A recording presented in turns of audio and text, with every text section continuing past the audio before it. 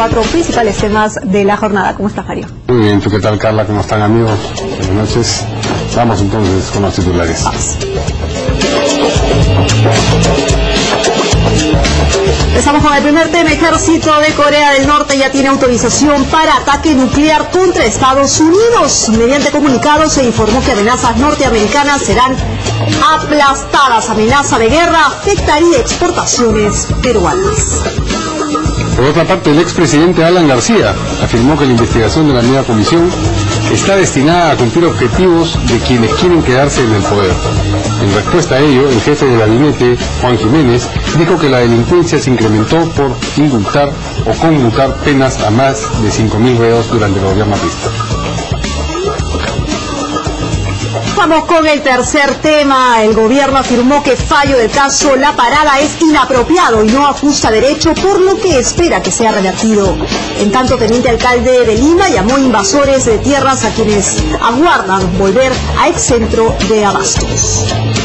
Y por último, el tránsito entre las avenidas Arenales y Rivera Navarrete se redujo hasta en 3 minutos, según la gerente de transporte urbano de Lima, María Jara. Además, ella pidió a choferes que necesiten girar a la izquierda, fijar sus propias rutas.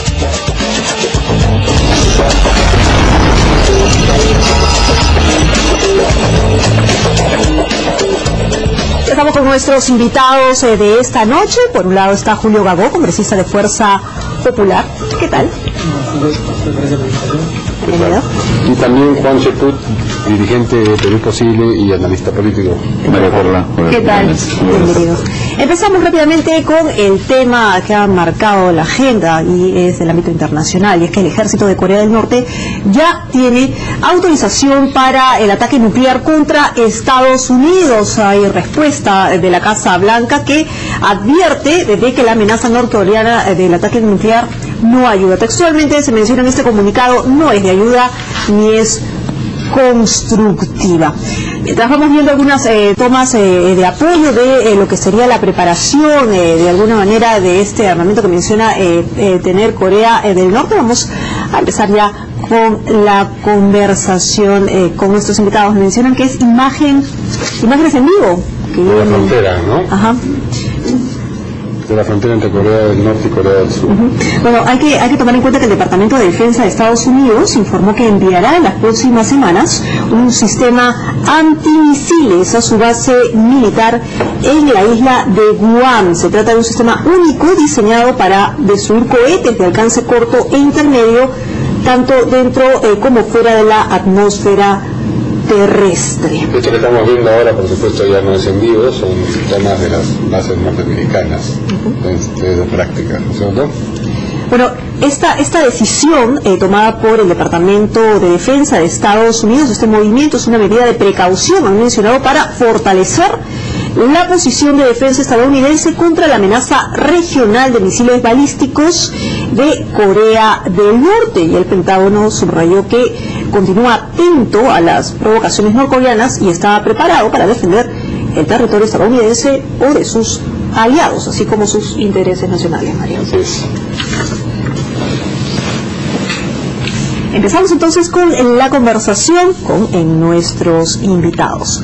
¿Una real amenaza o un discurso que está intentando de alguna manera presionar a los Estados Unidos? Cuando se trata de una persona como Kim Jong-un tan irresponsable, es un mozalbete de aproximadamente 32 años y mayor experiencia de Estado, no se puede hacer una predicción en el sentido de qué es lo que podría hacer. O sea, la irresponsabilidad está presente en estos momentos. A diferencia de Corea del Sur, donde cualquier declaración de guerra o de alerta del ejército tiene que pasar por el Parlamento, en el caso de Corea del Norte basta con que de una suerte de politburó. Entonces, es por eso que eso ha meritado una respuesta de parte de los Estados Unidos, que se mantenía callado durante las últimas semanas, indicando de que ya basta de este tipo de amenazas. Ahora, Estados Unidos ya tiene en la zona 2 portaaviones que tienen elementos antimisiles, escudos antimisiles. Y por otro lado, la inteligencia norteamericana ha determinado, según información de Newsweek, Economist, que las posibilidades, el rango de alcance de los misiles no va a llegar al territorio continental, pero sí podría hacer daño a Japón o a la isla de Guam, donde hay bases de soldados norteamericanos. Entonces, definitivamente tiene que haber un efecto previsor. El hecho de que esté permanentemente amenazando el gobierno de Corea del Norte, pues exige de parte de Corea del Sur y de parte del gobierno de Estados Unidos y del mismo Japón que tengan cierto elemento previsor. Pero en lo que se refiere a la ciudadanía, llama la atención que en Corea del Sur la situación esté absolutamente normal. Un poco acostumbrados a las bravatas o de repente confiando en el potencial bélico de su ejército, y en todo caso conscientes de que la respuesta puede ser definitiva por parte de Estados Unidos o el mismo Corea del Sur, pero definitivamente se tienen que tomar previsiones. No creo yo que estas bravatas se dejen pasar por alto, ¿no? Ciertamente no se puede tomar a la ligera una amenaza de este tipo, pero lo que hace pensar que se trata de bravatas, o lo que reitera la sugerencia de que aquí lo que hay es esencialmente una bravata, es este anuncio de Corea del Norte de que le ha dado luz verde a su ejército para que haga el ataque nuclear. Eso de ahí no se anuncia, digamos. ¿Qué sentido tiene? Por si acaso, y ya le dije a los del ejército que pueden atacar en cualquier momento, échense a temblar, es más o menos lo que se lee en una amenaza de este corte. Claro, generalmente eso no se anuncia porque estarían eliminando el factor sorpresa, digamos, de un ataque. Pero sin embargo hay que ver que esta bravata no viene ahora, en estos momentos, ya entre Corea del Norte y Corea del Sur viene de hace muchos años atrás. Siempre había unas diferencias entre las dos Coreas que nunca han podido llegar a armonizar. Desde el 53, que acabó la guerra con armisticio, nada más. Ahora, lo que se pretende hacer acá es una amenaza de guerra. Ahora, eso también estaría yendo contra la paz mundial, o estaría interviniendo una gran potencia, que en este caso es Estados Unidos. Hay que tener en cuenta eso.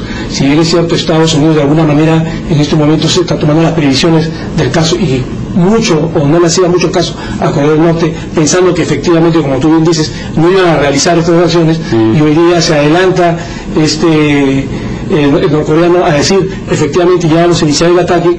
Creo que podemos pensar de alguna u otra forma que no puede ser cierto, como también podría ser cierto, y las previsiones que están tomándose para mí son muy buenas. No creo que este misil que están anunciando nuclear llegue al continente americano, porque se ha visto que no hay la forma de que pueda llegar. Es un misil que se usó en la época de Hiroshima, o sea, definitivamente no va a llegar, pero sí puede llegar a las bases que tienen en Guam, que creo que también tienen bases en Kuwait, que podrían llegar ahí donde están los ejércitos americanos. Sí. Ahora, en algún momento se habló de este discurso hacia adentro, en realidad, ¿no? Digámoslo así, como un discurso popular en Norcorea, de alguna manera nacionalista, para de alguna manera presionar y sacar algo a cambio. ¿Se le ha ido de las manos en todo caso? Bueno, podría ser, pero yo creo que el asunto también tiene que ver con la forma como China está tratando el tema.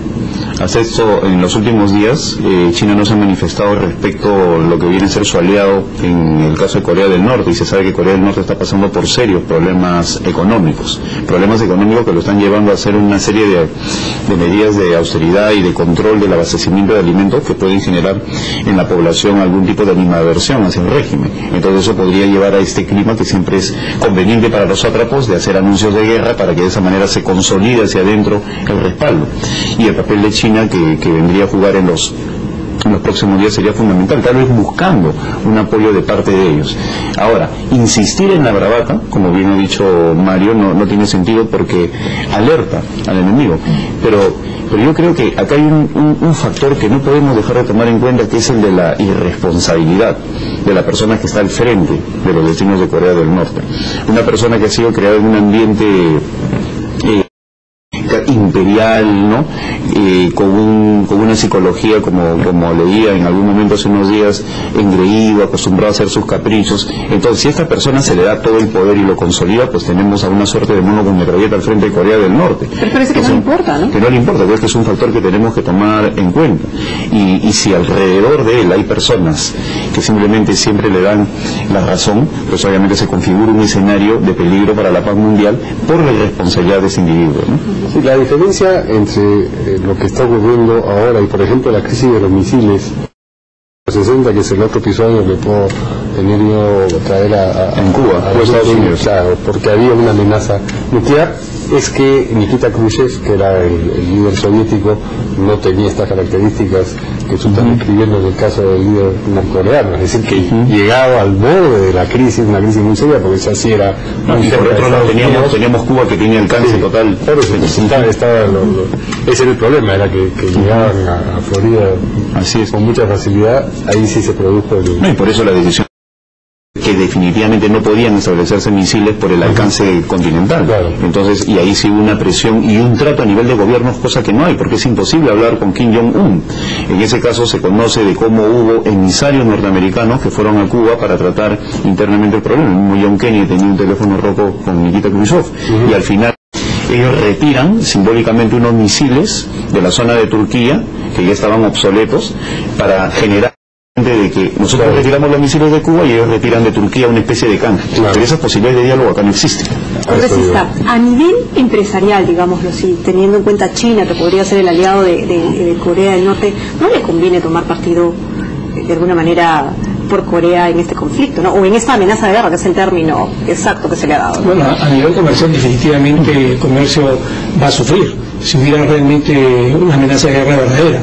Especialmente el Perú, que exporta también muchos productos a Corea, también va a dejar de exportar. Pero también hay que tener en cuenta que Corea también es un gran fabricante de otros grandes productos para la industria automotriz, otro tipo de industria, que no solamente llega a Estados Unidos, sino que llega a diferentes partes del mundo. O sea, va a haber cambios definitivamente. Es más, ahorita mismo he visto también que ustedes han anunciado que hay una fábrica ya en la zona de frontera donde trabajan la gente de Corea del Sur, que no le están permitiendo ir al ingreso. O sea, ya están viendo las represalias y los cambios. Yo espero que realmente esto no llegue a más que una bravata, como bien dice Juan, y de ahí que no pase. Porque, y viendo el tema del fondo principal, ¿cuál es? No es una guerra tan simple que las Coreas o Corea del Norte frente a Estados Unidos, sino que se alteraría la paz, el orden mundial, la paz mundial, y eso sería grave, ¿no? Ahora, lo del complejo industrial que tú has mencionado, es interesante analizarlo porque ese complejo industrial está en territorio norcoreano, pero todas las industrias son surcoreanas, de Corea del Sur. Y las personas que trabajan allí son norcoreanas, en su gran mayoría, y solamente la gerencia y algunos técnicos vienen de Corea del Sur, por eso se hablan de 800 personas más o menos, pero la inmensa mayoría de este complejo industrial de Kaesong son de Corea del Norte, y generan rentas para allá. Al paralizar, ¿quién es el que más sufre? Pues obviamente sufre en primer lugar Corea del Norte, al paralizar sus actividades. Entonces, eso abona en favor de la irresponsabilidad y del mensaje hacia adentro. Entonces, interpretar lo que él quiere hacer verdaderamente es complicado, ¿no? No es la primera vez que se bloquea el acceso de los surcoreanos a este... Pero es primera vez en un entorno de amenaza a la vez nuclear. Durante 3 días estuvo bloqueado el acceso hace relativamente poco. Ahora, ¿cómo realizar el manejo diplomático, si se le puede llamar así, digamos el manejo político que se puede hacer, para de alguna manera bajar los ánimos respecto a ese tema, o ya no se puede hacer nada? Yo creo que lo que ha dicho Ban Ki-moon, el secretario general de Naciones Unidas, no debe quedar solamente en cuestiones declarativas, sino debería asumir el compromiso de enviar una delegación o él mismo para enviar a un plenipotenciario para que se hable entre los gobiernos de Corea del Sur y Corea del Norte. Lamentablemente, Naciones Unidas, que es la entidad que podría hacer un mejor papel, se queda muchas veces en el componente declarativo, ¿no? Cuando debería tomar una acción más directa para evitar que esto llegue a más. Hemos visto al secretario general solamente lanzando un comunicado similar en todo caso a los Estados Unidos, pero no haciendo una acción diplomática directa. Y por otro lado, creo yo que en el caso de los Estados Unidos, cuya dependencia o relación comercial con la China es muy estrecha, debería tratar con el gobierno chino para que a través de China se presione a Corea del Norte. En todo caso, esa es una primera impresión que me viene luego de tu pregunta, que a través de los aliados tal vez se podría bajar la tensión en la frontera, en este caso de China con Corea del Norte. Pero es impensable que si Corea del Norte, digamos, tomase una medida un poco descabellada como la que se teme en este caso de atacar nuclearmente una base norteamericana o en Japón o en Guam, que China se solidarice con esa... por eso digo, el proyecto. Yo hablo de la presión a nivel diplomático para que Corea del Norte... Claro. Yo no creo que la China responda a un ataque nuclear de Estados Unidos, y aún más, no creo que Estados Unidos responda con un ataque nuclear a Corea del Norte, sino con una operación quirúrgica para aniquilar. No creo que se responda de manera tan irresponsable, y creo que la China tampoco se plegaría en favor. No estamos en la época de 1953. Lo que quiero decir yo es que cesaría el apoyo chino, porque si hace un ataque de esta naturaleza, ¿qué tanto le conviene? China va a dar un paso para atrás. Definitivamente China debería dar un paso atrás. Podríamos usar a China para entrar en conversaciones y poder llegar a un diálogo realmente, si se pudiera, entre comillas, llegar a un diálogo con Corea del Norte, especialmente con este señor.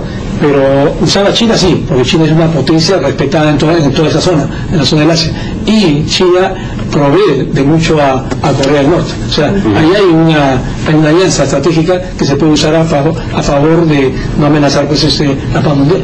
Pero más allá de lo geopolítico, China, como tú bien dices, en estos momentos como que ya no le conviene tanto Corea del Norte, porque toda la transferencia tecnológica viene fundamentalmente de Corea del Sur, ¿no? Hacia las grandes industrias. No va a querer claro, así es. Muy bien. Vamos a dejar ese tema, vamos a hacer una pequeñísima pausa, no se mueva, volvemos ya para hablar sobre la presencia del expresidente Alan García en la mega comisión en el Congreso de la República.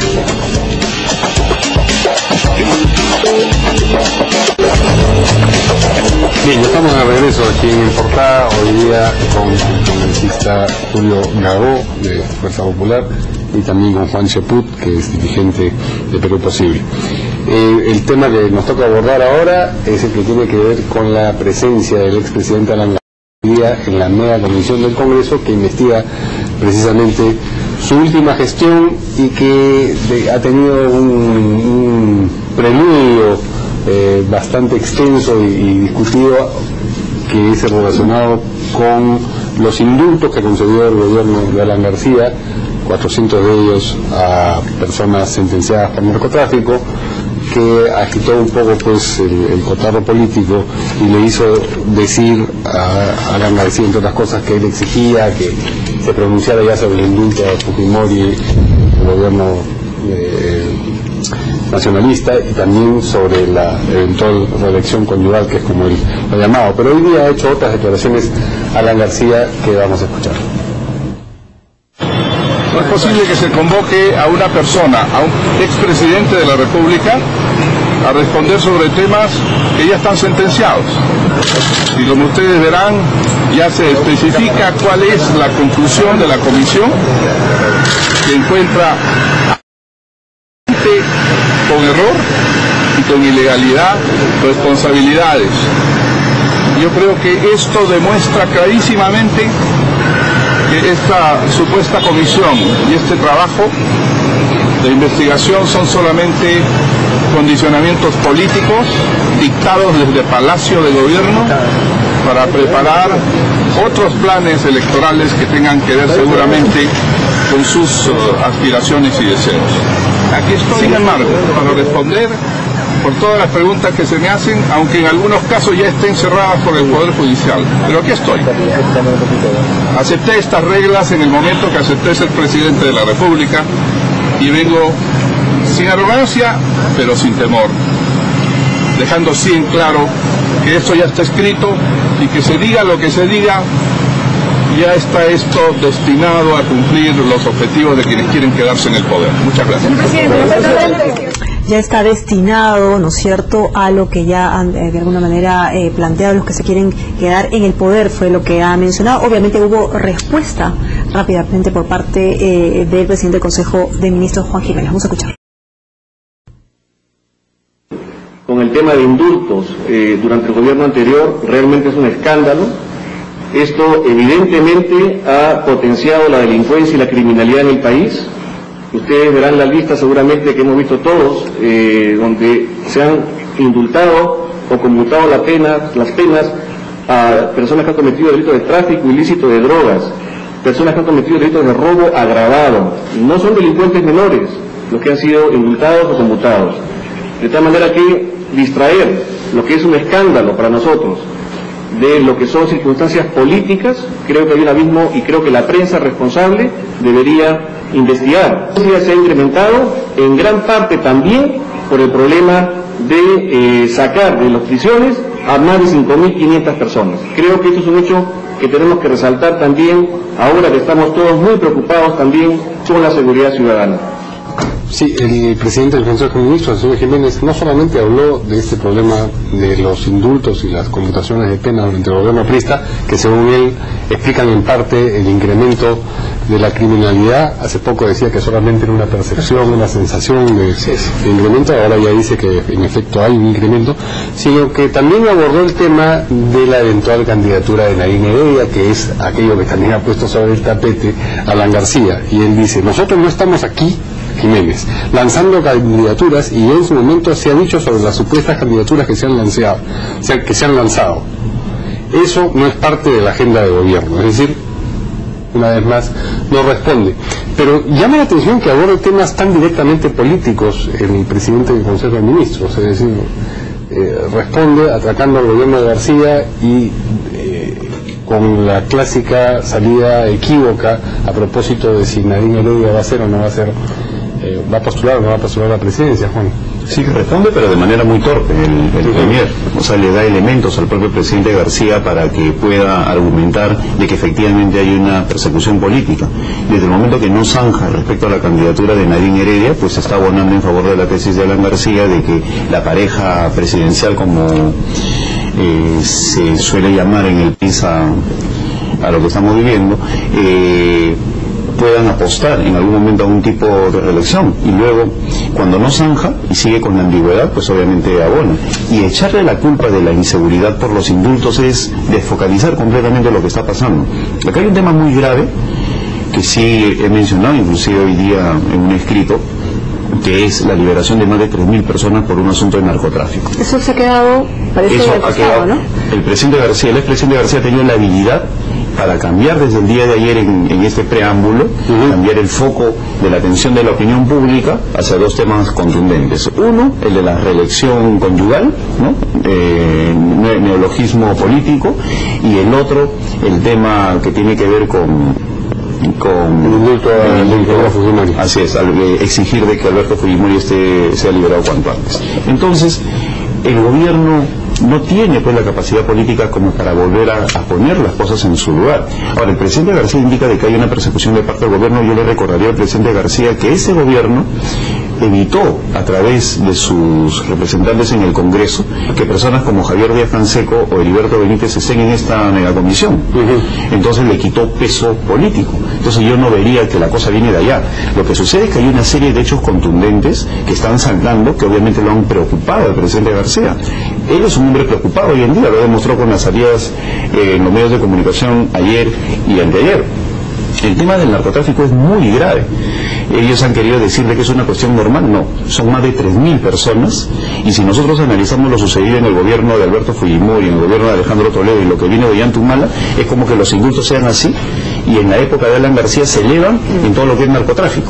Entonces obviamente estamos presentando una situación absolutamente anómala, donde hay personas que ya tenían condenas por narcotráfico, tenían una gran cantidad, han sido sorprendidas con 28 kilos de pasta básico de clorhidrato de cocaína, y se les ha conmutado la pena. O sea, se les ha rebajado la pena hasta en 7 años. Entonces, el presidente García y su ministra Rosario Fernández y el ministro Diego Pastor deberían ser los primeros en exigir que esto se investigue a fondo para ver si ha habido algo doloso o no. Porque si usted tiene la misma percepción de que efectivamente el día de hoy, ¿no es cierto?, Alan García va a la megacomisión, e inmediatamente Mulder lo increpa a Tejada, ¿no? Y dice que usted ha filtrado la información y qué sé yo, ¿no? Y comienzan a hablarse ya de temas políticos, dejando de lado lo que es la investigación, el tema de fondo como lo plantea. Bueno, primero, el tema de fondo son las ganancias presidenciales. Ha dado indultos, ha dado reducción de penas y conmutaciones. Si vamos a ver desde el punto de vista judicial, es una ganancia presidencial, es la discreción que tiene el presidente de la República, darlo o no darlo. O sea, el delito penal no existe. O sea, hay una responsabilidad moral, una responsabilidad política frente a la población peruana, que será seguramente, ya anunció su candidatura prácticamente hoy día en la media comisión, que será en el 2016, si la gente votará o no votará por el presidente Alan García.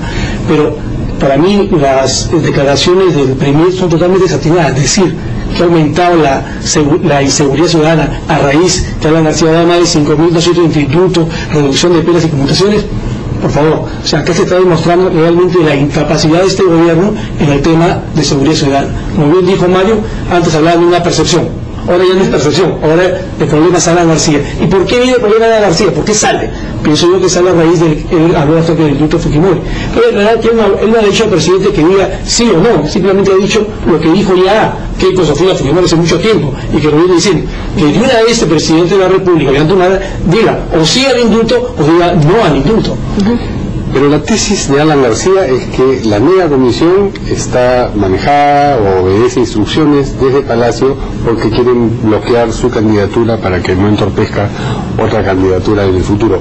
¿Esa lectura les parece a ustedes verosímil, sensata? ¿Ustedes creen que la mega comisión está actuando políticamente en el sentido de un modo electoralmente político?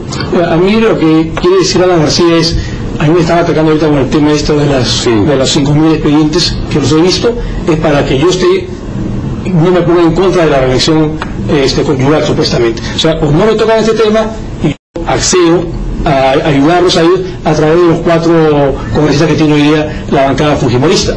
Pero en el fondo, ¿cuál es la realidad del tema? ¿Por qué se le quiere acusar a Alan García de esos temas? Porque no tiene ningún tipo de delito, sino lo que se está viendo acá es la responsabilidad a futuro de una futura candidatura presidencial que va a tener Alan García, que ya anunció en el 2016. O sea, de una vez le quieren bajar la llanta, pero ¿qué es lo que dice Alan García? ¿Cuánto conmutó? O sea, ¿cuántos indultos dio en su primer gobierno? No llegan ni a 400. Ahora ha dado más de 5.000. Entonces, una de las preguntas que yo me hago es, si ha leído detenidamente cada uno de estos expedientes, solamente su gobierno tiene 1.800 días. O sea, ha tenido que leer por lo menos 3 expedientes o 4 expedientes diarios para poder dar, ¿cómo se llama?, esta reducción de pena o conmutaciones. Pero acá lo más grave es si se está dando a bandas organizadas, o sea, bandas organizadas de narcotráfico. Una cosa es esto que pasanteras, estas mujeres que a veces son con 15 gramos, que tienen 8 años, 10 años, tienen hijos. O sea, que viene el sentimiento humano. Pero acá hay cosas distintas, ¿no? También podríamos decir, ¿no es cierto?, si nos ponemos suspicaces y comenzamos a leer un poco del tema político, y es que de repente, efectivamente, vemos la alianza fujimorista del APRA, ¿no? Por un lado, algunos analistas han mencionado que se estaría tejiendo una alianza, precisamente uno, porque los fujimoristas están obviamente interesados en que salga el indulto, y por otro lado, Alan quiere ser flanqueado en la mega comisión para no ser inhabilitado y poder postular. El fujimorismo debería estar indignado con el comportamiento de García, porque le ha dado un golpe bajo al indulto, con su actitud solicitando el indulto en una circunstancia en la cual está siendo acusado en estos momentos por cuestiones de conmutación de pena a narcotraficantes. O sea, se sigue contaminando el tema del indulto. La percepción ciudadana es clarísima. El señor García pide el indulto simplemente porque quiere el favor del fujimorismo, que tiene a 2 personas en la mega comisión que al final me pueden blindar. O sea, necesito los votos de ellos. Pero se parece a Alan García a Kenny Fujimori en sus argumentos. Hace unos días, y eso demuestra que la capacidad política de Alan García se está debilitando, por decir algo. Hace unos días Kenny Fujimori también dijo de que como él podría ser candidato al fujimorismo en el 2016, le estaban sembrando esas cosas de las empresas con droga, ¿no? Es un argumento político al final, ¿no? No es una cuestión ofensiva. Estoy mencionando argumentos políticos que el presidente también está indicando. ¿Para qué? Para que la opinión pública diga, como él va a ser candidato le quieren bajar la llanta. Y no es así. El Perú es un país que padece de un fenómeno como el narcotráfico, que es absolutamente nefasto. Y si nosotros no queremos convertirnos en un México o un Colombia de la época de Pablo Escobar, pues simplemente tenemos que ser severos con todos aquellos que le den facilidades al narcotráfico. ¿Qué tipo de nación queremos ser? De una manera tan graciosa se pueden liberar 3.400 personas vinculadas a delitos narcotráficos, algunas bandas completamente organizadas, y en el Perú no pasa nada. Ese es el tema de fondo. El tema de fondo es qué papel ha jugado la ministra Fernández y qué papel ha jugado el ministro Pastor. Y lo lamento porque por ambos como personas los respeto, pero se tiene que dilucidar por nuestro concepto de nación. ¿Por qué tipo de país queremos ser? ¿Qué está sucediendo con el Perú en estos momentos con el incremento de la coca en el Guayaga, en el Brain? Ya hemos pasado a producir cloridad de cocaína. Estamos a punto de que las firmas se conviertan en un cártel y se liberen sin estos individuos. Ese es el asunto de fondo que tiene que ser objeto de discusión política. ¿Habría alianza ahí? ¿En qué sentido? ¿El fujimorismo y los apristas? Yo espero que el fujimorismo sepa ver de su lado y no cerrar con esto, porque el fujimorismo ya tiene cuestionamientos debido a ese tema. Si el fujimorismo sigue autoengañándose pensando que García es un aliado, pues están equivocados, porque García pudo liberar al Fujimori y no lo hizo. Es un momento primero para poner el sentenciado, en este caso el Fujimori, tendría que haberlo pedido. No lo pidió durante el gobierno de Alan García, por lo tanto no tendría por qué verse el indulto. En segundo lugar, no hubo una alianza afro-fujimorista y tampoco lo vamos a brindar al presidente Alan García. Yo estoy diciendo que hay responsabilidad moral y hay responsabilidad política, porque el delito penal no existe. yo soy abogado, no existe el delito penal que tenga la discrecionalidad de poder darle esa conmutación y esos indultos. No existe delito penal. Será sancionado en el voto en las urnas del año 2016. Eso sanciona políticamente. Sanciona políticamente, estamos de acuerdo. No lo vamos a olvidar, y en el caso de Kenny Fujimori en ningún momento ha dicho que va a ser candidato a la presidencia. Él cuando hablaba de candidato estaba hablando supuestamente de una reelección al Congreso. O sea, acá se ha interpretado mal las palabras de Kenny Fujimori. Y en el caso de que encontraron droga o estos 100 kilos de cocaína en este almacén donde él es accionista de esta compañía, no solamente lo encontrado en esta compañía, ha encontrado en diferentes almaceneras. Pero hay que aclarar acá un tema: el que revisa los contenedores no es la compañía almacenera, la revisa el Estado a través de la SUNAT, que hacen verificaciones ya sea en verde, naranja o rojo. Es la obligación del Estado de verificar qué hay en esos contenedores. Las personas que tienen a la almacenera no están abriendo los contenedores y están viendo qué es lo que hay dentro de los contenedores. O sea, no es el trabajo que hace una almacenera. Eso tiene que quedar claro, al margen de ese tema que Kenny Fujimori no tiene nada que ver ni con el tema de la droga, ni mucho menos con una candidatura a la presidencia. Quería tener tu respuesta, Juan, acerca de si tú piensas que la mega comisión está actuando políticamente, pero con motivaciones electorales. No, la verdad es que no creo eso. No creo eso porque no le veo yo la capacidad política al gobierno, si tiene un premier como Jiménez o que estén llamando la tejada, ¿no? Como para actuar macabélicamente para sacarlo a García. Y García lo sabe, pero el expresidente García sabe perfectamente de que no es ese el asunto de fondo. Han saltado esos elementos y no están siendo tratados en el Poder Judicial, obviamente porque en el Poder Judicial todo lo gana el APRA, ¿no? Han archivado, entonces por eso es que él muestra, esa es la típica metodología, él muestra, miren, todo esto ya se investigó en el Poder Judicial o la Fiscalía me exoneró. Muy bien, tenemos el Congreso de la República donde se tiene que investigar a fondo. ¿Por qué? Por una cuestión de sanidad de la República. Margarita, es una comparación muy breve. El premier fue viceministro de Justicia en la época de Paniagua, y ahí se le dieron indultos a muchos terroristas. El caso de Petrosi, que fue chileno, a la esposa de Néstor Bartolini. Entonces, yo bajo la premisa de lo que él ha declarado hoy día, yo diría que se incrementó hoy día el terrorismo gracias a todas esas salidas. O sea, tendría la responsabilidad también del ministro premier. O sea, hace comparaciones totalmente desatinadas. Bien, vamos a una nueva pausa y regresamos en breve con la tercera noticia.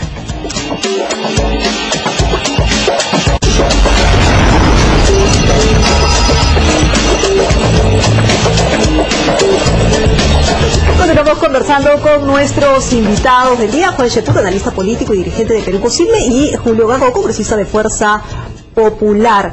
Y hay que recordar que Julio Gago en algún momento apoyó a algunos comerciantes de La Parada. ¿Por qué lo decimos? Porque justamente vamos a hablar sobre ese tema, y es que el gobierno afirmó que el fallo del caso La Parada es inapropiado y no se ajusta a derecho, por lo que espera que sea revertido.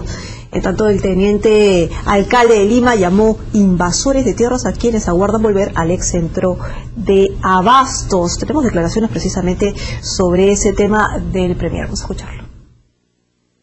Pero somos críticos de esa resolución, muy críticos de esa resolución, porque creemos que es absolutamente inapropiada y además no se ajusta a derecho.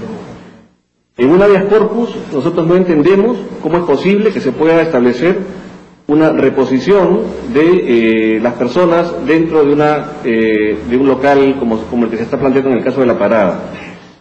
Y por supuesto, acudiendo a la ley, el gobierno, en el caso del Ministerio del Interior, que es quien representa al gobierno en este tema, ha impugnado esta resolución judicial como corresponde, y esperamos que la Sala Superior revoque esta resolución y la deje sin efecto respecto al orden público que tiene que mantener el Poder Ejecutivo y el Estado. Eso es una facultad irrenunciable del gobierno. El gobierno no puede renunciar a ejercer el orden público y hacer que los derechos fundamentales de las personas se cumplan por igual para todos. De tal manera que el resguardo policial que se está realizando, no solamente en ese lugar, sino en todo el país y en todas las ciudades, se va a mantener, porque eso es una responsabilidad constitucional. Y como decíamos, el todavía teniente alcalde Eduardo Segarra, digo todavía porque aparentemente ha sido revocado y eso va a cumplir su plazo y en un momento dejará de ser teniente alcalde, consideró que quienes quieren regresar a La Parada son invasores de terreno. Vamos a escuchar sus declaraciones. Bueno, ojo, la palabra comerciante me verdad está mal usada, ¿ya? Porque para mí esta gente, la mayoría de ellos son traficantes de terreno. Yo lo que creo, traficantes de terrenos, lo que yo creo que ellos están... ¿De terrenos? Así es, lo que ellos están del terreno de La Parada, lo que ellos quieren es generar un proceso de invasión, porque ninguno de ellos tiene derechos sobre los puestos que ellos dicen que tienen derecho. La señora Ávila nunca ha tenido ningún contrato ni vínculo contractual para tener un puesto en ese. O sea, ella nunca antes había trabajado ahí en la parada. Ella nunca tenía un contrato ni vínculo contractual, con lo cual ella no puede, ahí, no sabemos, porque en realidad ella puede decir que sí, puede decir que no. Lo cierto es que el juez debió exigirle ahí alguna prueba de que ella tenía algún documento que probaba que ella tenía algún tipo de vínculo. Congresista, empezó con usted precisamente porque en algún momento usted apoyó o fue a verificar algunos puestos cuando estaba todo este problema, antes de que algunos comerciantes fueron inclusive trasladados a Santa Anita. ¿Qué le ha parecido en todo caso esta resolución por parte de... Bueno, hay dos temas, el tema de fondo que se ha trasladado y el tema de la forma de esa sentencia. En primer lugar, esa sentencia que nos dice, este es un habeas corpus dictado por un juez constitucional, donde dice que todo debe regresar a como estaba antes del desalojo, claramente. ¿Y en qué se basa? En primer lugar se basa en la sentencia, habla muy claro, la parte para mí más fuerte, es que esto fue una donación. Y la donación específicamente dice que es para un mercado mayorista, un mercado minorista y unas calles que deben haber entre estos mercados. ¿Por uso público? No, ahí voy a aclarar. Si usted lee el artículo 1, 2, 3, 4 y 5, 6 del mismo contrato de donación, el artículo 6, cuando se refiere a uso público, dice que debe ser de uso público para que sea exonerado de los impuestos de alcabala y los impuestos que tienen las donaciones. O sea, se refiere al artículo 1, no se puede salir del contexto. Hoy día he escuchado declaraciones del teniente alcalde, bueno, hasta ahora el señor Segarra y Marisa Lave decir, oye, que el artículo 6 dice que es uso público, pero me parece que no saben leer. Yo soy abogado y hay que leer claramente. Es más, en el comercio, en el Diario del Comercio hay dos constitucionalistas que han hablado claro acerca de ese punto. Precisamente porque usted es abogado, le pregunto, ahí voy. ¿Es ese fallo está bien hecho? Digamos, ¿no se ha extralimitado el juez en su... A donde se ha extralimitado el juez es decir, que se debe retirar a la fuerza pública. Él no tiene por qué ordenar que se retire a la fuerza pública. Lo que puede haber dicho es que la fuerza pública no impide el paso de los camiones que deben ingresar a la parada. Pero él no puede ordenarle, oye, a la policía, váyanse ustedes de aquí. Pero tampoco puede interpretar de alguna manera el contrato, ¿no es cierto? Porque eso se ve en la parte civil. No, el contrato está, él ha interpretado, no hay que interpretar el contrato está muy claro. Si usted lee el artículo 1, se lo puedo leer, aquí lo tengo, el artículo 6, el contrato es muy claro. Lo que el tema para mí de forma, dado por el juez, es correcto. Ahora vamos al tema de fondo. ¿Se debe trasladar el mercado de la parada o no? Para mí, y pues creo que para todos se debe hacer un traslado, pero que hay un tema que definitivamente, si no se cumple con el contrato de donación, esto se va a tener que revertir definitivamente a los herederos del señor Canerva. Eso es algo clarísimo. Sin embargo, en la parada, sí. ¿Por qué dice uno que hay que trasladar la parada? Porque no había condiciones de salubridad, porque no se contaban había prostitución, había delincuencia, había violencia juvenil. Yo tengo aquí, dado por la misma alcaldesa de la Molina, donde ha pedido recursos a la Municipalidad de Lima, donde dice que en la actualidad, una vez que se ha instalado el mercado mayorista de Santa Anita, donde han ido todos los comerciantes, supuestamente se ha incrementado el 14% violencia juvenil, delincuencia, prostitución. O sea, lo único que se ha hecho es trasladar todos los problemas que tenía el mercado de la parada hoy día al mercado de Santa Anita. O sea, quiere decir que ese no es el problema, porque yo me lo puedo haber llevado a Comas, me lo puedo haber llevado a Caraballo, y si me voy a llevar todos los mismos problemas de aquí para allá, eso no es la solución. Ahora, usted mismo dice que en el caso del fallo, el juez sí se ha excedido al establecer que debía retirarse de la fuerza pública. Yo sí considero. Ese retiro de la fuerza pública ordenado por el juez, ¿qué cosa le sugiere a usted? ¿Por qué cosa cree usted que el juez ha incurrido en ese exceso? ¿No le parece que tiene una explicación? Sí, para mí hay una mala interpretación, porque él piensa al decir que retire la fuerza del orden público, él está diciendo para que eviten justamente el ingreso de los camiones. Pero ahora, si tú me dices el tema de seguridad, ¿qué seguridad hay? Si tú ves ahí a los policías que están impidiendo el paso y están robando a 100 metros, no están interviniendo, ellos lo que están haciendo es inmediatamente están protegiendo que no ingresen los camiones, que es parte correcta del desalojo que anunció la alcaldesa. Y también el juez ha decretado que ha anulado unas ordenanzas municipales acerca de que el mercado mayorista sigue siendo el mercado mayorista de entonces. Yo no estoy a favor, lo que estoy diciendo es, hay un tema de forma. Si tú me hablas desde el punto de vista legal, para mí está correcta. Si tú me das el tema de fondo, creo que todos los vecinos de Lima queremos que se traslade a Santa Anita para que salga ya de este centro que es la Victoria, estoy de acuerdo. Pero una cosa es la parte legal y otra es la cosa que sentimos los 9 millones de vecinos de Lima. Bueno, no ha habido desalojo porque no hubo orden judicial. Lo que hubo una intervención para sacar a la protesta que había en ese momento. No hubo desalojo judicial. Claro, por eso debería haber los errores que se vienen. Claro, pero debería haber, Juan, desalojo judicial, te digo por qué. Tú te escuchó hoy hablar al teniente Segarra decir que la señora Ávila, por ejemplo, no tiene contrato. Claro. Seguramente no tiene contrato, es una precaria. Yo tengo una posición. Cuando es precaria, tiene que haber un desalojo judicial.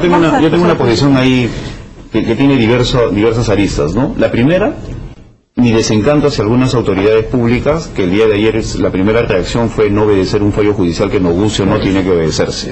Y ese ejemplo tiene que venir de los más altos niveles del Estado, y lamentablemente ministros, que luego corrigieron su discurso en el transcurso de la tarde, empezaron diciendo que no se iba a obedecer. En segundo lugar, de nuevo volvemos a la andanada de insultos. Y de esa manera no se van a corregir los problemas de Lima. Se le dice que no son comerciantes, que son invasores de dinero, y hay insultos de peor calibre.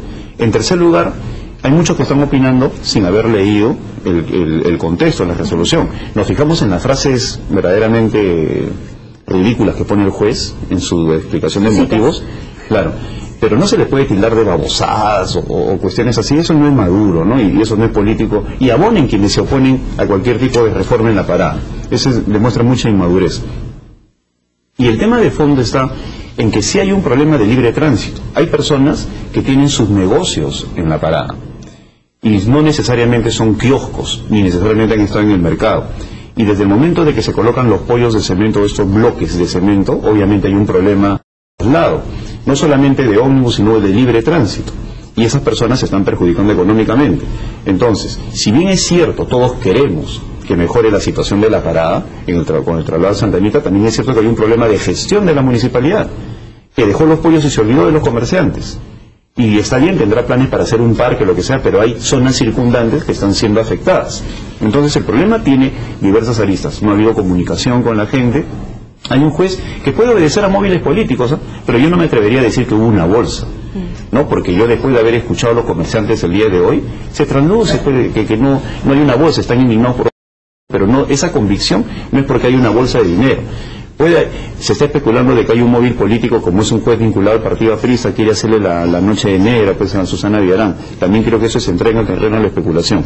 Yo creo de que ponen ese tipo de fallos, un mal manejo que tiene que ver con la gestión del cambio. Se trasladó a la gente de Santa Anita, pero nos olvidamos del lugar que quedaba, que merecía una gestión más eficaz para que los que se quedaban, que tenían negocios consolidados ahí, pues obviamente pudieran trabajar. Carla, acerca de este tema, yo hice una visita inopinada, tú me preguntaste que yo intervine ahí, hice una visita inopinada ante este problema al mercado mayorista de Santa Anita, debido a lo que decía la misma alcaldesa, que no tenía las condiciones todavía necesarias para el traslado. Y efectivamente, acá son 3 hectáreas, aquí en La Victoria. Solamente lo que de las 10 hectáreas tienen ocupado ahorita construir solamente 2 hectáreas. Lo que han empezado a construir y ampliar, se les ha caído. Y están sin licencia municipal, según misma la alcaldesa de Santa Anita. O sea, la gestión municipal, y vuelvo a recalcar aquí, está pésima. O sea, el mismo Gise, que era presidente de ENSA, dijo que en 6 meses, cuando yo me reuní con los comerciantes y me reuní con la municipalidad, en 6 meses iba a tener habilitado todo el mercado para el traslado. Entonces yo le dije, ¿por qué no espera los 6 meses y firmamos un compromiso con los comerciantes y se hace el traslado? No, y lo hicieron de la otra forma, pero ya están cerca de 6 meses y no han hecho absolutamente nada. O sea, sigue aumentando inseguridad, sigue aumentando prostitución ahora alrededor del mercado santanito. O sea, se ha trasladado el problema. Ahora, a mí me parece muy mal del Premier, porque tiene que haber independencia de poderes. El Poder Judicial es totalmente autónomo, como bien lo dice Juan, es totalmente autónomo. Sin embargo, hemos escuchado sus declaraciones que él está interviniendo, sin ser parte. El que es parte es el ministro del Interior. Pero hay una declaración más lamentable del Premier que no ha salido en el resumen, que es que él dice que esto puede desestabilizar al gobierno. O sea, desestabilizar al gobierno. Puede desestabilizar al gobierno en un fallo judicial. Cuando haya 2 instancias superiores que pueden tranquilamente revocar el fallo judicial. Acá hay que ver claro que deben acatar de una vez, en forma inmediata, esta sentencia. Bueno, todavía hay que esperar la... Pero eso no quiere decir que se paraliza. Se tiene que acatar de manera inmediata. Lo que yo lamento es el Estado de Derecho, cómo se trata. Como te digo, yo estoy en desacuerdo con la orden, pero es un fallo judicial. O sea, se desmoronaría todo y quedamos en manos de las opiniones de los ministros. Pero ¿qué pasaría si efectivamente se hace caso a lo que ha dicho el juez Urbina y se retira la policía del lugar? No, pero esa parte del fallo, de que se retire la fuerza pública, no le corresponde. Así es. Eso sí, hay partes en el fallo que son de inaplicabilidad. Es igual. cómo aplicar unas formas y otras no, cómo unas van No, porque ahí viene lo que es inaplicabilidad, está pidiendo algo que no le compete, ¿no? Y es por eso que pasa a la OCMA, ¿no? Pero el resto del fallo, claro, es punto 1, punto 2, punto 3 inmediatamente, a pesar de... según lo que dictamina el Estado de Derecho. Ya los comerciantes le han mandado ahorita a este juez Marzo Urbina, para que oficie de una vez a la municipalidad, para que de una vez retire los pilones y se vuelva a la situación que estaba anteriormente. Y eso tiene que ser de aplicación inmediata, al margen que ellos están interpuesto, ¿cómo se llama?, una apelación, que seguramente demorará 30 días. Muy bien, vamos a pasar ya al otro tema, vamos a hacer una pausa, vamos a aprovechar un momentito nomás y volvemos ya a hablar sobre un tema más local que tiene que ver con el reordenamiento en Javier Prado, que parece ser está afectando a muchas personas. Volvemos.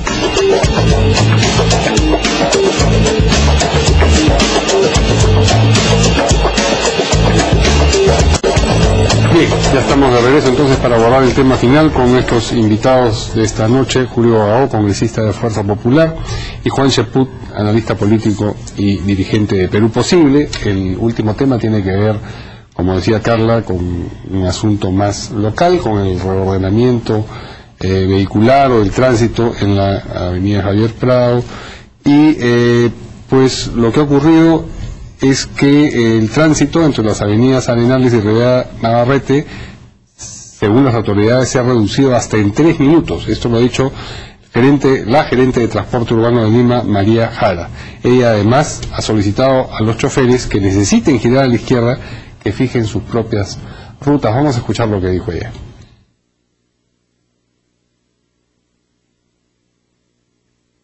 No las tenemos, las vamos a tener más adelante, pero bueno, vamos entonces a parafrasear lo que dijo María Jara, en todo caso, para contextualizar el tema. Y es que mencionó que los choferes busquen su ruta. Eso es lo que mencionó básicamente. Pero vamos a escucharlo, ya lo tenemos, vamos.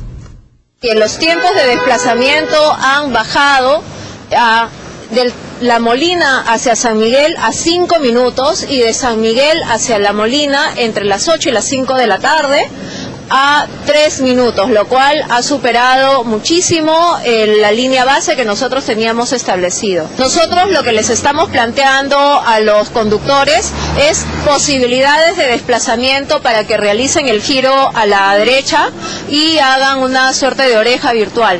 Evidentemente lo que nosotros esperamos es que cada quien vaya ajustando sus costumbres de desplazamiento, vaya hallando la ruta que les sea más eficiente y que progresivamente se vaya inclusive descargando la carga vehicular, ¿no es cierto? Quería preguntarle a nuestros dos invitados si ellos ya han pasado por la Javier Prado, de que se han apelado estos cambios, y si han notado alguna variación en la fluidez o poca fluidez del tránsito. Bueno, hoy día pasar por Javier Prado, efectivamente el tránsito es más fluido. Yo estoy de acuerdo con la ordenanza municipal y el ordenamiento, me parece correcto, pero lo que no estoy de acuerdo es que no haya habido una comunicación previa y no se hayan dado las vías alternas para que la gente sepa por dónde tiene que ir, porque prácticamente yo me he enterado esto el domingo. O sea, yo siendo congresista de la República me he enterado el domingo, imagínense el resto de la población, que no está, a veces no se informa. O sea, no se han enterado, se han encontrado con esta sorpresa. Y ese es el malestar que hoy día siente la población que circula por esta vía. O sea, tiene que haber, yo quiero más comunicación y tiene que indicar las vías alternas dependiendo de Javier Prado en estas dos rutas a dónde te lleva. O sea, hay muchas vías alternas que pueden usar hoy día las personas que circulaban por estas avenidas, y esa es la parte de comunicación que hace que hoy día los vecinos de Lima que circulamos por ahí se sientan incómodos. Bueno, en Canal N ha salido bastante información respecto a este plan y a esta campaña. Pero yo creo que ha salido con mayor tiempo, no más de una semana. Un mes, en Canal N, en América. Sí, ha habido. Lamentablemente el clima de la revocación hizo que de repente esto pasara desapercibido, pero yo también estoy completamente de acuerdo. Ahora, yo le pediría a los vecinos de Lima que no se desesperen por lo que pudo haber pasado el primer día. Estos proyectos de ingeniería de transporte, yo soy ingeniero, Julio es abogado, tienen propiedades emergentes que se van corrigiendo en el camino. ¿Qué es una propiedad emergente? Algunas que no se pueden predeterminar y surgen en el momento de la implementación, pero ahí se corrigen, porque son proyectos complejos. Entonces, en esos días se va a ajustar, se va a hacer una serie de ajustes. Yo creo que esto tiene que ser complementado con otras medidas. Por ejemplo, aquel semáforo inteligente es el policía, ¿no? Es una forma, en realidad, el semáforo inteligente, ¿no? Y eso debemos abandonar. El ingeniero Javier Piqué, que es toda una autoridad, un PhD de ingeniería, que ha sido decano del Colegio de Ingenieros, menciona que gran parte del problema en Lima se solucionaría si volvemos a tener confianza en los semáforos que obedecen a ejercicios de flujos y reflujos y de investigación operativa. Pero cuando dejamos la conducción del tránsito en personas que están cansadas, con estrés, nerviosas, con problemas personales, y que utilizan un criterio discrecional cuando paro y cuando generan grandes congestionamientos. Y lo que tendría que hacer la municipalidad en los próximos días es simplemente dar rutas alternativas para que los choferes tomen su decisión, pero no normarlo, vayan por acá o por acá. Y yo creo que al final cada uno va a encontrar su propio cauce, y esto es una gran medida que demuestra algo. Sin necesidad de invertir en cemento se pueden tener grandes logros en materia de ingeniería de transporte. Si a esto le agregamos que, por ejemplo, la Javier Prado, por decir algo, ¿no? La Javier Prado, San Borja Norte, San Borja Sur, vaya en un solo sentido, en horas punta, según el destino mayoritario de los vehículos, podríamos lograr mayores beneficios en materia de transporte. Bueno, creo que es una buena medida. Se ha aplicado en otros países del mundo, en Japón, en China, hay vías que tú a determinadas zonas las encuentras en un sentido, no solamente acá, aquí en nuestro país hermano Colombia, también sucede lo mismo. Tú vas a Bogotá y hay vías que a determinadas horas funcionan de sur a norte y otras horas de norte a sur. San Borja Norte y San Borja Sur, por ejemplo, tú te estás yendo hacia La Molina o hacia Surco, y toda la vía que viene hacia San Isidro está vacía y la otra está... Entonces, esas medidas complementarias van a ayudar en mucho, y yo felicito a la municipalidad por este tema específico. Yo creo que va a ser una verdadera... Es un buen inicio en todo caso para la reforma del transporte. El tema de las orejas virtuales, ¿sí crees que van a funcionar de alguna manera? Pero pido calma, ¿por qué? Porque en todo proceso de ingeniería de transporte, como te decía, hay estas propiedades emergentes que van a surgir en el momento, pero luego viene ya la rutina, la gente empieza a conocer sus rutas y empieza el proceso de Porque cambio. los vecinos de las zonas donde, ¿no es cierto?, están pasando ahora y se está generando la congestión, esos son los que más están sufriendo y los que más... Claro, por eso te mencionaba lo siguiente. Eso tiene que venir acompañado de otras medidas complementarias como semaforización y el cambio de rutas, el cambio de rutas alternas, por ejemplo, San Borja Norte, San Borja Sur, etcétera, etcétera. Y hacia arriba, otras vías como prolongación y Quito. ¿Por qué? Porque si no va a haber embotellamientos en zonas que no están acostumbradas a eso, sobre todo en la zona de San Isidro, que son calles muy pequeñas. O sea, si no viene acompañado de medidas complementarias, eso puede ser una medida paliativa. ¿En qué otras arterias de Lima creen ustedes se podría hacer algo parecido a lo que ha ocurrido ahora en Javier Prado? En la avenida de Arequipa, por ejemplo. En la avenida de Arequipa hay horas que realmente es imposible transitar. O sea, hay ciertas avenidas hoy día en Lima, y como bien dice Juan, debería la municipalidad hacer toda una reingeniería, todo un estudio, que con muy poca inversión, simplemente con un buen análisis, puede lograr que Lima hoy día tenga una circulación mucho más rápida, especialmente en las horas. Hay una donde hay problemas de semaforización, que es la avenida Benavides, por ejemplo. Si tú te vas hacia Surco por la avenida Benavides, hay semáforos a la altura de Higuereta ya demasiado cerca. ¿Y eso por qué? Porque algunos municipios como el de Surco ha colocado semáforos porque quiere colocarse los semáforos, no sin ningún criterio de ingeniería, porque a la buena percepción de los técnicos han decidido colocar un semáforo y eso genera problemas. Por eso el tema de semaforización es importante. La avenida Benavides y la avenida Angamos, bien diseñadas en su criterio de ruta, podrían aliviar el tráfico de la Javier Prado, porque en última instancia son los canales de comunicación hacia el este de la ciudad y se saturan en determinados momentos. Si hacemos que, por ejemplo, la avenida Angamos esté en un solo sentido en las horas punta, como mencionaba, yo lo he visto también muy seguido en Bogotá, o la Benavides, pues aligerarían aún más lo que viene a ser el problema de la Panamericana Sur, que todas las salidas generalmente están congestionadas, justamente por los semáforos. Así es. Ahí se amontonan todos los autos. Muy bien. Muchísimas gracias a ambos por haber venido a discutir estos 4 temas del día. Nos quedamos centrados en el de Corea porque el que nos llamó más la atención, digamos, por lo de la jornada, y Alan García, pero vamos a ir monitoreando qué sucede precisamente con el tema de Corea del Norte. Muchísimas gracias a nuestros invitados, Juan Sheput, analista político y dirigente de Perú Posible, y Julio Gago, congresista de Fuerza Popular.